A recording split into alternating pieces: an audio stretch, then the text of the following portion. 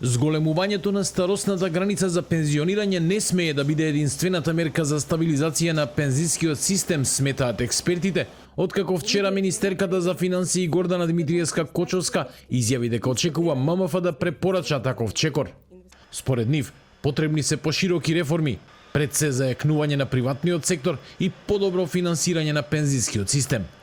Поранешната директорка на Агенцијата за вработување Билјана Јовановска смета дека продолжувањето на работниот век најмногу би им користело на вработените во јавната администрација, додека за работниците во тешките дејности тоа не е реално решение. Она што треба дефинитивно да се направи се реформите во економскиот систем, односно да се изнајде начин да се поддржи приватниот сектор, за да може приватниот сектор да отвара нови работни места, добро да бидат платени тие работни места и да обезбедат добри услови за работниците, како тие би останале да работат во државата, во нашиот приватен сектор, а не да заменуваат во странство.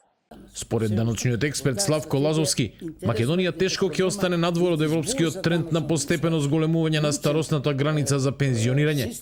Но според него, таквиот чекор мора да биде проследен со пакет реформи, како подобрување на минималните пензии, понизок услов за стаж при стекнување право на пензија и поефикасно полнење на фондот за пензиско и инвалидско осигурување. Да прифати да го напушти Бисмарковиот начин на собирање на задолжителните социјални придонеси и да премине на така речениот беврежи систем во кој не е само платата основица за плаќање на придонеси. Полека и во Македонија сведоци сме дека платата не е единствено најважното лично примање, туку тоа се многобројните надоместоци и награди за успешност и други лични примања по други основи. На тој начин се прошири предметот на одоночување, односно полето на собирање на социјалните придонеси.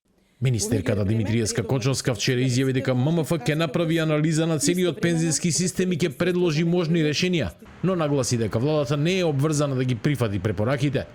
Расправата за иднината на пензискиот систем се интензивира и по предупредувањето на гувернерот Трајко Славевски дека дел од граѓаните кои ќе се пензионираат меѓу 2030 и 2032 година нема да можат да остварат ниту минимална пензија, како и по ревизорскиот извештај за ПИОМ, кој повторно ги отвори прашањата за одржливоста на пензискиот фонд.